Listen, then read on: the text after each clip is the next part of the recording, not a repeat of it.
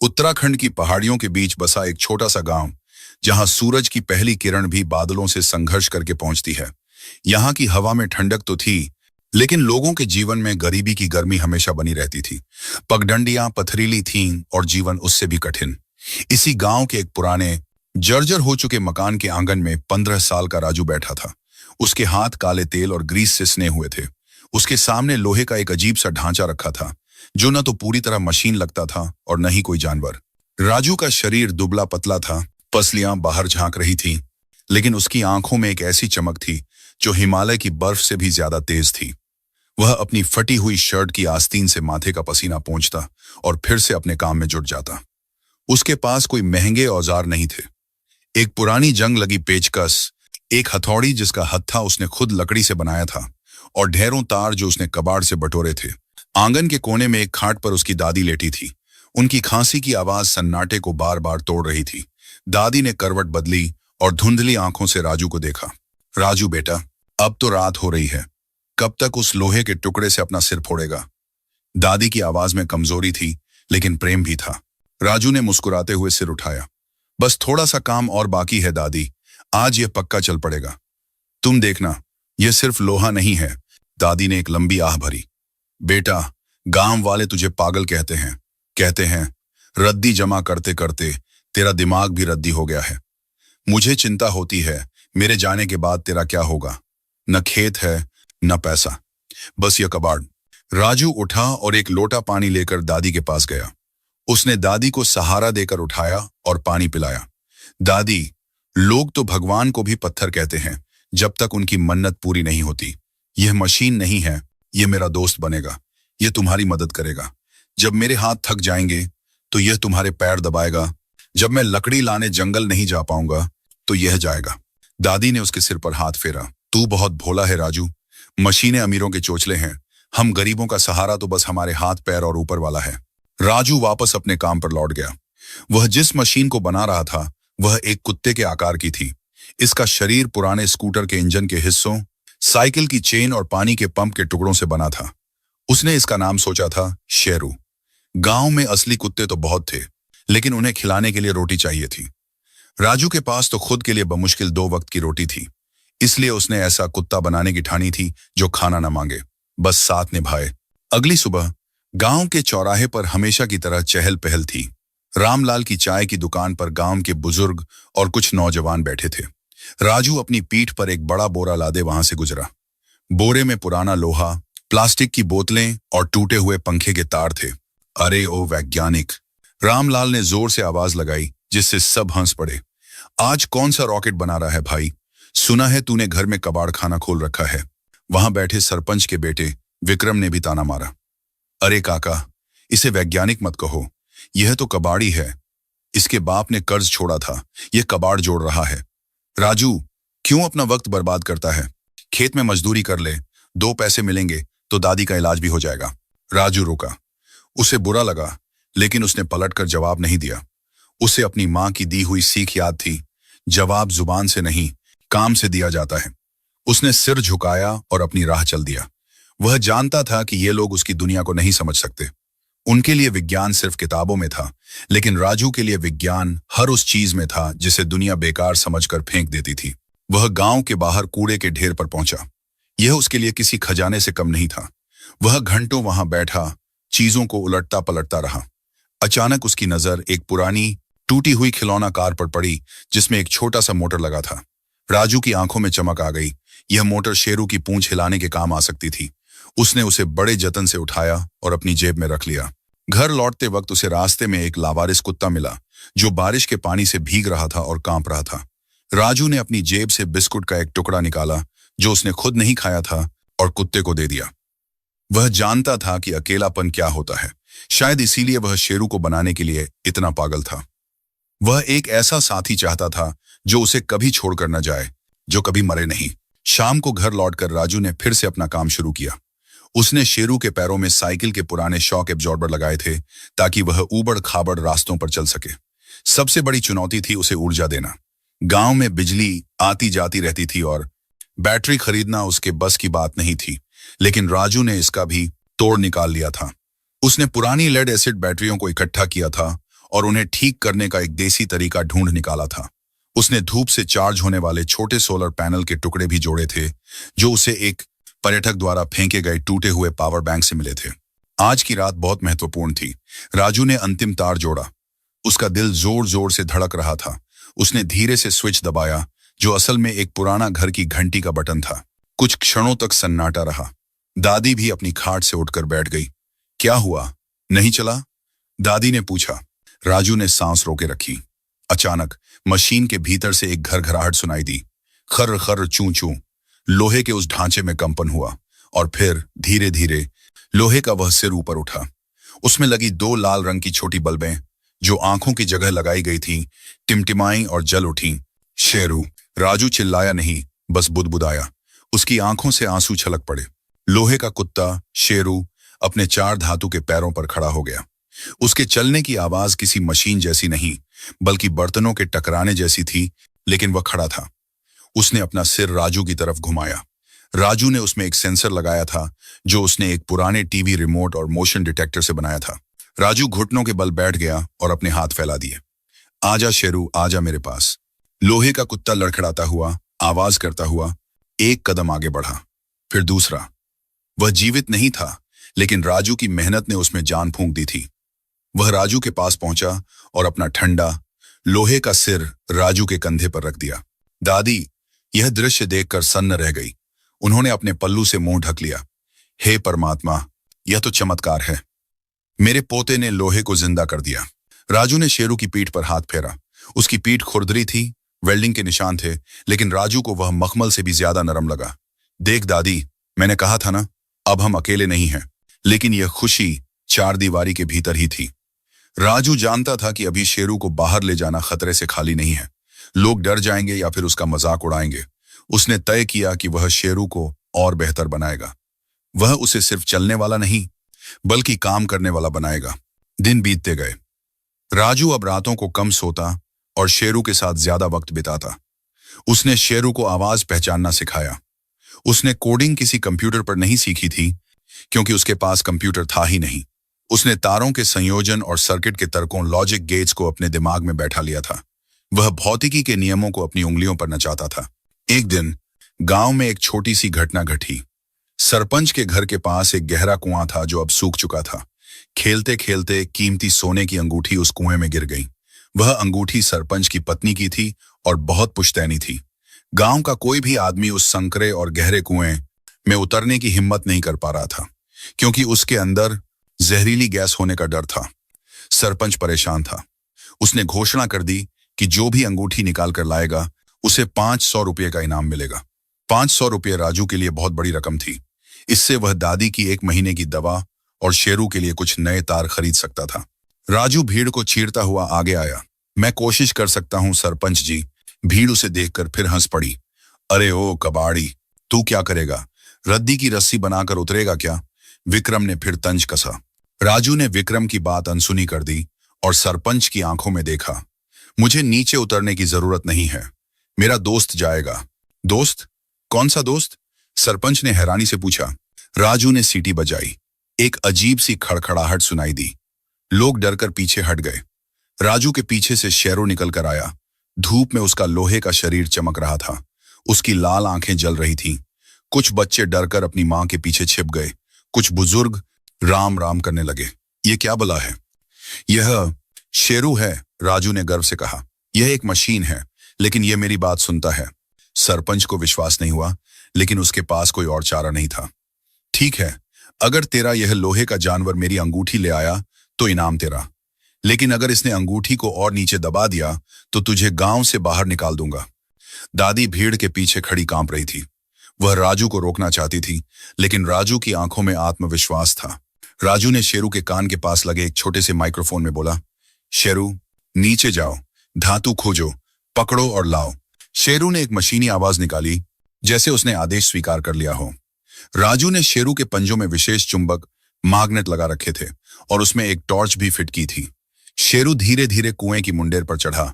उसके लोहे के पंजे पत्थरों पर पकड़ बना रहे थे। लोग सांस रोके देख रहे थे। वह लोहे का कुत्ता बिना किसी डर के उस अंधेरे कुएं में उतरने लगा। राजू कुएं के ऊपर खड़ा होकर देख रहा था। उसे अंदर कुछ दिखाई नहीं दे रहा था, बस शेरू की टॉर्च की रोशनी नीचे जा रही थी। 1 मिनट बीता, 2 मिनट बीते। सन्नाटा इतना गहरा था कि हवा की सरसराहट भी सुनाई दे रही थी। तभी कुएं के अंदर से एक आवाज आई, क्लिक। यह चुंबक से धातु के चिपकने की आवाज थी। आजा शेरू, वापस आजा, राजू चिल्लाया। घिर घिर की आवाज के साथ शेरू ऊपर चढ़ने लगा। उसके चढ़ने की रफ्तार उतरने से धीमी थी। सबको लग रहा था कि शायद वह गिर जाएगा, लेकिन शेरू के पंजों की पकड़ मजबूत थी। जैसे ही शेरू मुंडेर पर आया, उसके मुंह में नहीं बल्कि उसके सीने पर लगे एक चुंबक पर सोने की वह भारी अंगूठी चिपकी हुई थी। भीड़ में खामोशी छा गई। किसी को अपनी आंखों पर यकीन नहीं हो रहा था। राजू ने अंगूठी ली और सरपंच के हाथ में रख दी। लीजिए सरपंच जी। सरपंच हक्का बक्का रह गया। उसने अंगूठी देखी, फिर शेरू को और फिर उस लड़के को जिसे वह अब तक नाकारा समझता था। उसने जेब से 500 रुपये निकाले और राजू के हाथ पर रख दिए। लेकिन इस बार किसी ने ताली नहीं बजाई। लोग डर और आश्चर्य के मिश्रण से उसे देख रहे थे। एक बुजुर्ग ने धीमे स्वर में कहा, यह लड़का साधारण नहीं है, लेकिन यह मशीन शुभ नहीं लगती। यह प्रकृति के खिलाफ है। राजू ने पैसे मुट्ठी में भींचे और शेरू के सिर पर हाथ रखकर घर की तरफ चल दिया। उसे लगा था कि आज उसने खुद को साबित कर दिया है, लेकिन वह नहीं जानता था कि यह तो बस शुरुआत थी। गांव वाले उसे अब पागल नहीं बल्कि जादूगर या शैतान समझने लगे थे। और भारत के गांवों में जो चीज समझ न आए, लोग अक्सर उससे डरने लगते हैं और उसे नष्ट करने की कोशिश करते हैं। उस रात जब राजू और दादी सो रहे थे, घर के बाहर कुछ आहट हुई। शेरू, जो आंगन में खड़ा था, अचानक सक्रिय हो गया। उसके सेंसर ने किसी की उपस्थिति को भांप लिया था। अंधेरे में कुछ परछाइयां राजू के घर की तरफ बढ़ रही थीं। उनके हाथों में लाठियां थीं। वे चोर नहीं थे, वे गांव के ही कुछ लोग थे जो इस लोहे के राक्षस को खत्म करने आए थे। राजू की नींद शेरू की चेतावनी देने वाली सायरन की आवाज से खुल गई। यह आवाज उसने खतरे के लिए सेट की थी। वह बिस्तर से कूदा और बाहर भागा। कौन है वहां? राजू चिल्लाया। एक पत्थर हवा में लहराता हुआ आया और सीधे शेरू के लोहे के शरीर से टकराया। टन्नन। राजू दौड़कर शेरू के सामने खड़ा हो गया। खबरदार जो मेरे दोस्त को हाथ लगाया। अंधेरे से विक्रम की आवाज आई। राजू, यह मशीन मनहूस है। आज इसने कुएं में काम किया, कल यह हमारे बच्चों को नुकसान पहुंचाएगी। इसे तोड़ना जरूरी है। नहीं, राजू चीखा, यह किसी को नुकसान नहीं पहुंचाता, यह रक्षा करता है। लेकिन भीड़ सुनने को तैयार नहीं थी। वे आगे बढ़े। राजू अकेला था, एक बूढ़ी दादी और एक लोहे के कुत्ते के साथ। वह जानता था कि वह इन सब से नहीं लड़ सकता। उसने शेरू की तरफ देखा। शेरू की लाल आंखें अंधेरे में चमक रही थीं।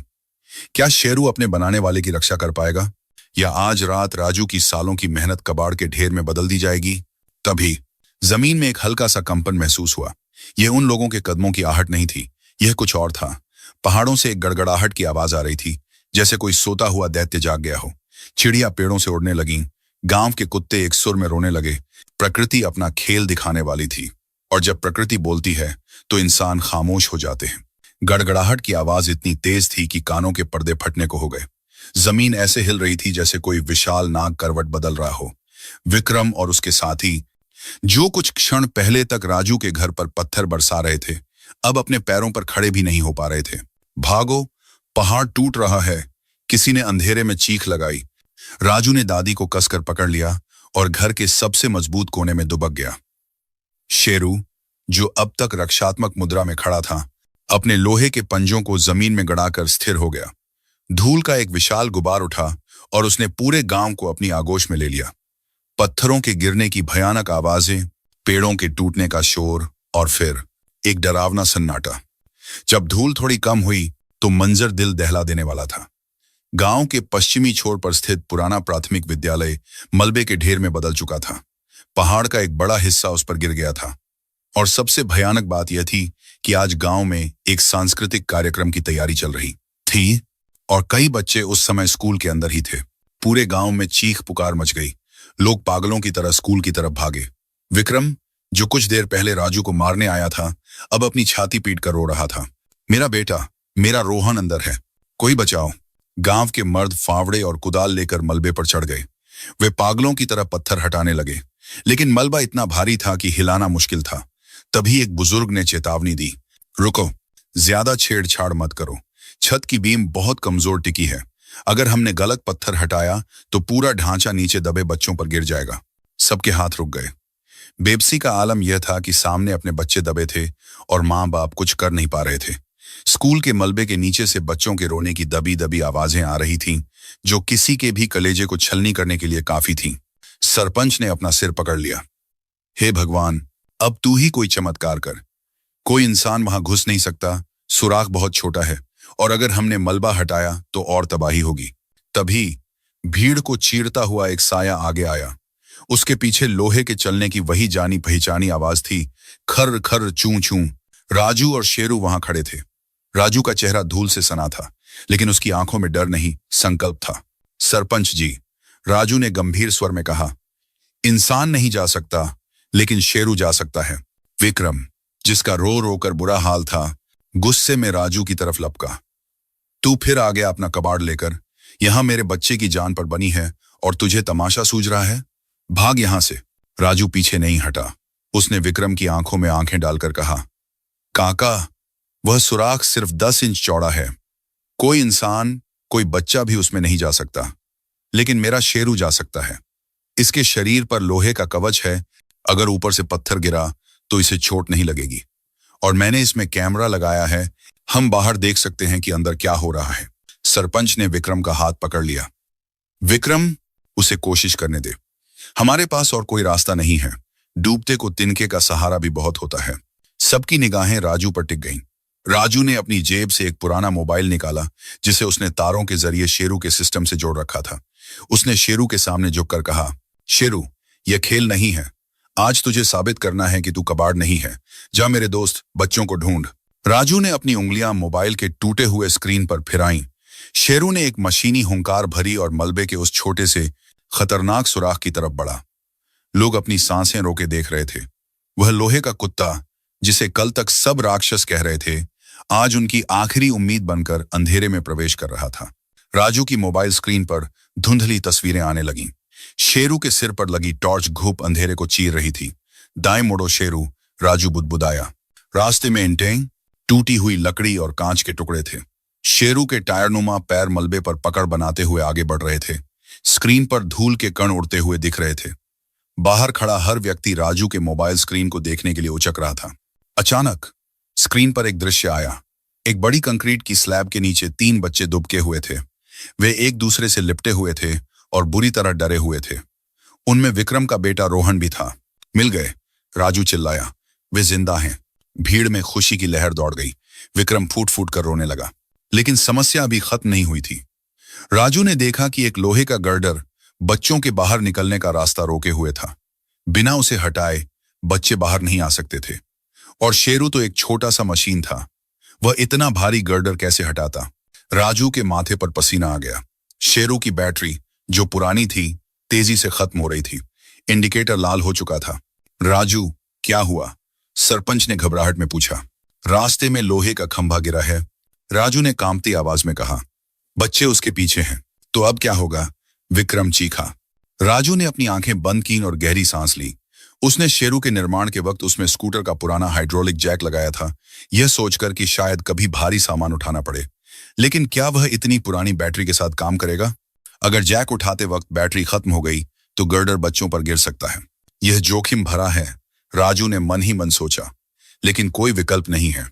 शेरू, राजू ने माइक में कहा, अपनी पूरी ताकत लगा दे। Hydraulic mode on. मलबे के अंदर शेरू ने अपनी स्थिति बदली। उसने अपने लोहे के शरीर को गर्डर के नीचे फंसाया। बाहर खड़े लोगों को मोबाइल स्क्रीन पर कुछ नहीं दिख रहा था, बस घरघराहट की तेज आवाज आ रही थी। मशीन जोर लगा रही थी। चूं चूं कड़क। शेरू के पुराने जोड़ों से आवाजें आने लगी। ऐसा लग रहा था कि वह टूट जाएगा। राजू स्क्रीन पर बैटरी का स्तर देख रहा था। 5%, 4%। उठा ले मेरे शेर, राजू चिल्लाया। अंदर शेरू ने अपनी पूरी जान लगा दी। धीरे धीरे वह भारी गर्डर ऊपर उठने लगा। 1 इंच, 2 इंच, इतना कि बच्चे उसके नीचे से निकल सकें। रोहन, निकल बाहर, जल्दी। राजू ने माइक के जरिए बच्चों को निर्देश दिया। शेरू में लगे स्पीकर से राजू की आवाज गूंजी। बच्चे, जो डर के मारे जमे हुए थे, जानी पहचानी आवाज सुनकर हरकत में आए। रोहन ने हिम्मत जुटाई और पहले अपने छोटे साथियों को बाहर धकेला, फिर खुद रेंगते हुए गर्डर के नीचे से निकला। शेरू का पूरा शरीर कांप रहा था। वह अपने हाइड्रोलिक पैरों पर उस भारी बोझ को थामे हुए था।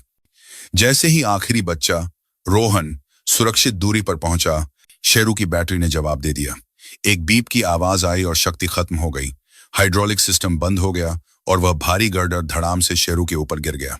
धड़ाम, स्क्रीन काली हो गई। शेरू, राजू की चीख निकल गई। कुछ पलों बाद मलबे के सुराख से धूल से सने हुए 3 बच्चे बाहर निकले। गांव वाले दौड़ पड़े। माताओं ने अपने बच्चों को गले लगा लिया। विक्रम ने रोहन को उठाया और पागलों की तरह चूमने लगा। चारों तरफ खुशी के आंसू और भगवान का धन्यवाद गूंज रहा था। लेकिन उस जश्न के बीच एक लड़का मलबे के पास घुटनों के बल बैठा रो रहा था। राजू, उसने अपने दोस्त को खो दिया था। जिस मशीन ने आज जान बचाई थी, वह अब मलबे के नीचे दब चुकी थी, शायद हमेशा के लिए नष्ट हो गई थी। विक्रम अपने बेटे को सुरक्षित पाकर राजू की तरफ मुड़ा। वह धीरे धीरे राजू के पास गया और उसके सामने घुटने टेक दिए। वही हाथ जिसने कल राजू पर पत्थर फेंका था, आज राजू के धूल भरे चरणों को छू रहा था। मुझे माफ कर दे बेटा, मैं अंधा था, तेरा वह लोहे का जानवर। जानवर नहीं, देवता था। विक्रम की आवाज भारी थी। पूरा गांव अब राजू के इर्द गिर्द खड़ा था। सबकी आंखों में शर्मिंदगी और कृतज्ञता थी। सरपंच ने आगे बढ़कर राजू के कंधे पर हाथ रखा। राजू, आज तूने हमें इंसानियत का पाठ पढ़ाया है। तेरा नुकसान हम सब मिलकर भरेंगे। हम शेरू को वापस लाएंगे। तभी आसमान में एक और गड़गड़ाहट सुनाई दी, लेकिन यह बादलों की नहीं थी। यह एक हेलीकॉप्टर की आवाज थी। आपदा की खबर सुनकर भारतीय सेना का बचाव दल पहुंच चुका था। रस्सियों के सहारे जवान नीचे उतर रहे थे। एक कर्नल, जिसकी वर्दी पर मेडल चमक रहे थे, मलबे के पास आया। उसने देखा कि बच्चे सुरक्षित हैं और गांव वाले एक लड़के को घेरे हुए हैं। हालात कैसे हैं? कर्नल ने पूछा। सरपंच ने हाथ जोड़कर कहा, साहब, सब ठीक है। हमारे गांव के इस छोटे से हीरो और उसकी मशीन ने सबको बचा लिया। मशीन? कर्नल ने आश्चर्य से पूछा। कैसी मशीन? कौन सी कंपनी की? सरपंच ने मलबे की तरफ इशारा किया। कोई कंपनी नहीं साहब, इस 15 साल के लड़के ने कूड़े और कबाड़ से बनाई थी और उसी मशीन ने अभी अभी 3 जान बचाई और खुद को कुर्बान कर दिया। कर्नल ने राजू की तरफ देखा, जो अभी भी सुबक रहा था। कर्नल की आंखों में एक चमक आ गई। वह समझ गया था कि यह कोई साधारण घटना नहीं है। भारत के एक सुदूर गांव में एक अनपढ़ माने जाने वाले लड़के ने वह कर दिखाया था जिसके लिए सेना को करोड़ों के रोबोट खरीदने पड़ते हैं। बेटा, कर्नल ने राजू के पास जाकर कहा, क्या नाम है तुम्हारा? राजू ने आंसू पोंछते हुए सिर उठाया। राजू साहब, रो मत राजू। एक सिपाही कभी अपने साथी के जाने पर रोता नहीं, गर्व करता है। और तुम्हारा शेरू, वह सिर्फ मशीन नहीं था, वह एक सच्चा सिपाही था। कर्नल ने अपने जवानों को आदेश दिया, मलबा हटाओ, उस मशीन को बाहर निकालो।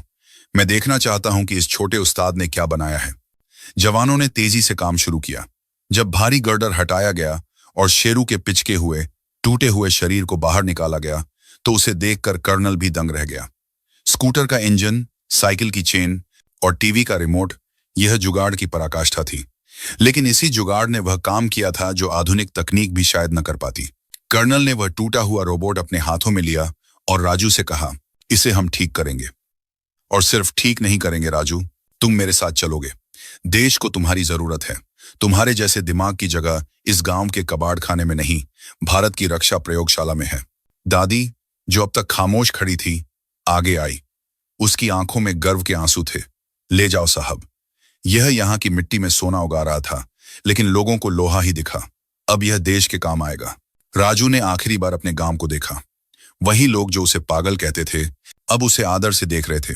उसने टूटे हुए शेरू को अपनी गोद में उठाया और कर्नल के साथ हेलीकॉप्टर की तरफ बढ़ गया। पंखों की तेज हवा में राजू के बाल उड़ रहे थे। जब हेलीकॉप्टर ने उड़ान भरी तो राजू ने नीचे देखा। उसका गांव छोटा होता जा रहा था, ठीक वैसे ही जैसे उसकी पुरानी मुसीबतें अब छोटी लग रही थीं। वह जानता था कि उसकी असली उड़ान अब शुरू हुई है। समय की गति को कौन रोक सकता है? पहाड़ वही थे, नदियां वही थीं, लेकिन राजू की दुनिया पूरी तरह बदल चुकी थी। 10 साल बीत चुके थे। वह हेलीकॉप्टर की उड़ान उसे गांव से दूर ले गई थी, लेकिन उसकी जड़ें अभी भी मिट्टी से जुड़ी थीं।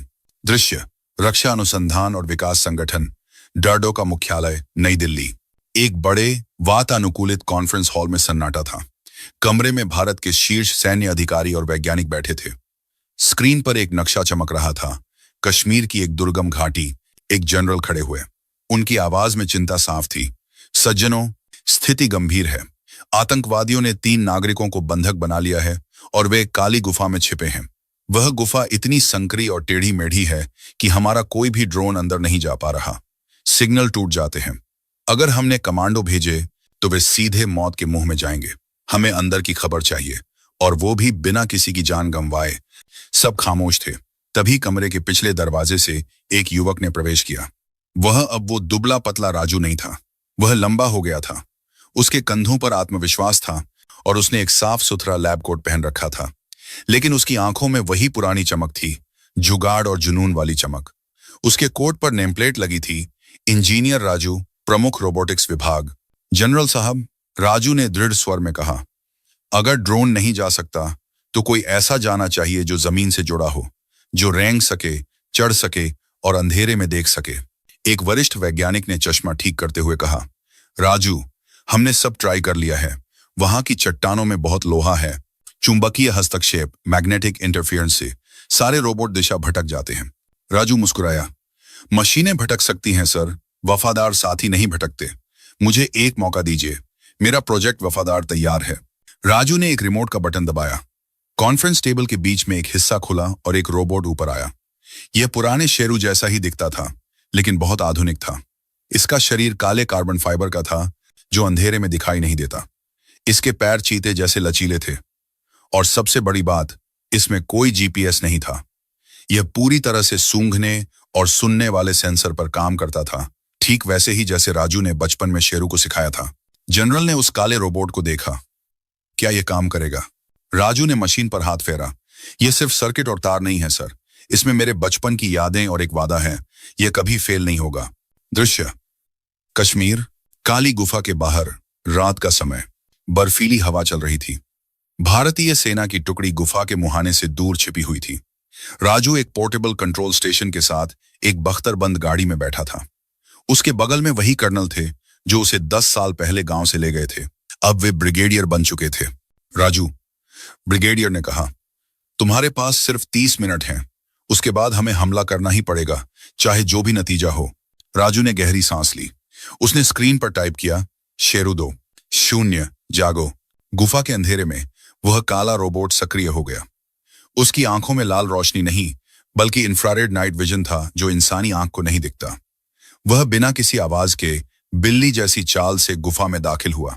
अंदर का रास्ता भयानक था, नुकीले पत्थर, पानी के गड्ढे, लेकिन शेरू 2 रुका नहीं। राजू के कंट्रोल रूम में स्क्रीन पर गुफा का 3 नक्शा बनने लगा। दाएं मुड़ो, अब शांत रहो, राजू बुदबुदाया। उसे लगा जैसे वह फिर से अपने गांव के आंगन में बैठा है।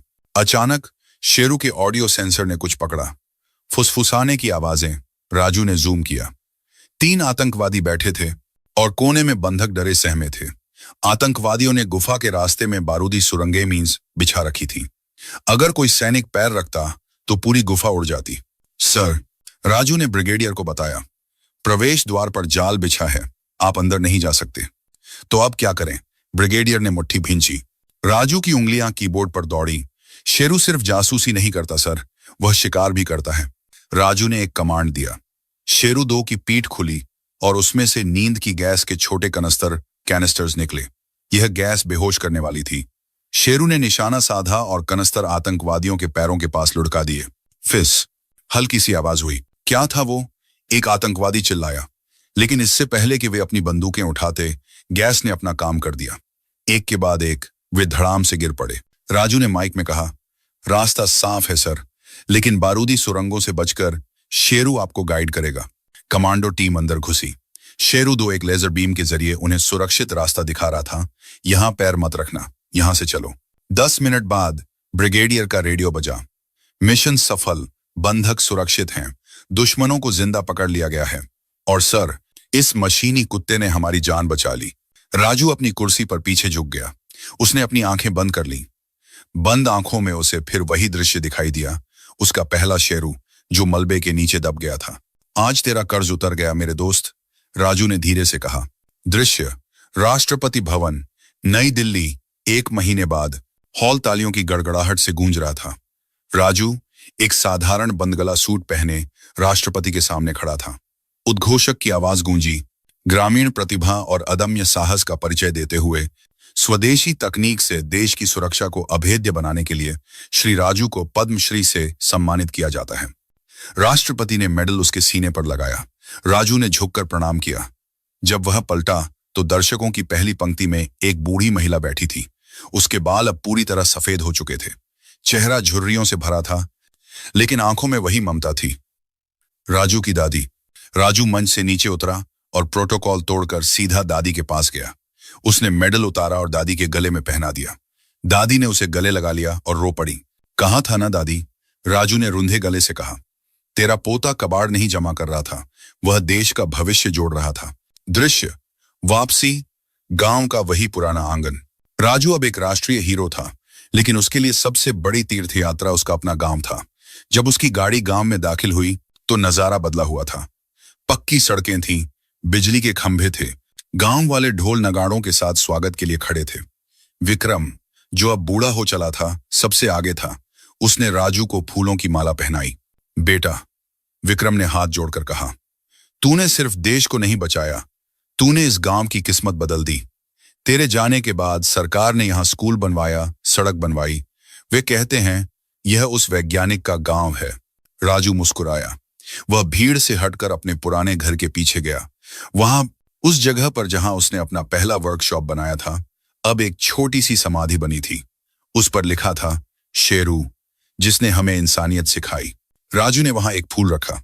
तभी उसके पीछे से एक आवाज आई, भैया। राजू पलटा। एक 10 साल का लड़का खड़ा था। उसके हाथ में तारों का एक गुच्छा और एक टूटी हुई मोटर थी।